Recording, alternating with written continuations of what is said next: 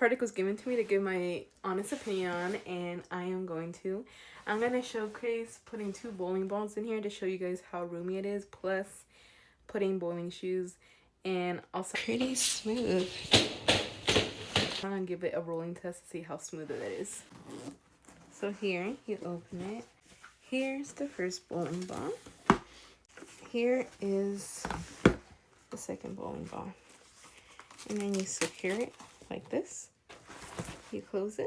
Then you can put your shoes in here, and I like how it's breathable, it can breathe.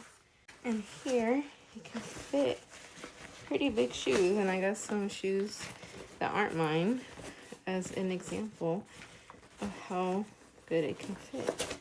So see, it can fit big shoes as well. Okay, let's do this test. Now look, it extends and it's actually not wobbly, pretty sturdy, and it's actually